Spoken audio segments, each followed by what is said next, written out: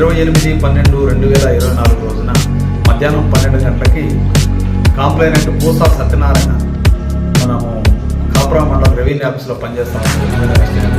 ఆయన డ్యూటీలో పోతున్నప్పుడు వికలాంగుల కాలనీ అనుకున్నటువంటి ఫారెస్ట్లో ఒక డెడ్ బాడీ 35 నుంచి 40 సంవత్సరాల మధ్య ఉన్నటువంటి మగ వ్యక్తి కాలిపోయి డెడ్ బాడీలో ఉన్నారు.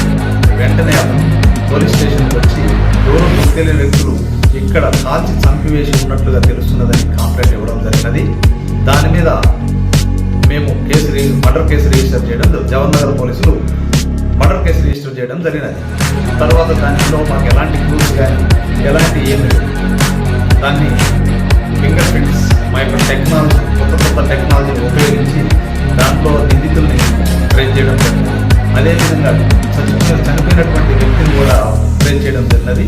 చనిపోయినటువంటి వ్యక్తి పేరు స్వామి, సందిరి స్వామి, 35 సంవత్సరాలు ఉంటాయి. ఇతనిది మన ముత్తుస్వామి కాలనీ, బాలాజీ నగర్. ఇతను డ్రైవింగ్ పని చేస్తూ ఉంటాడు. ఇతని భార్య పేరు కావ్య ఉంటుంది.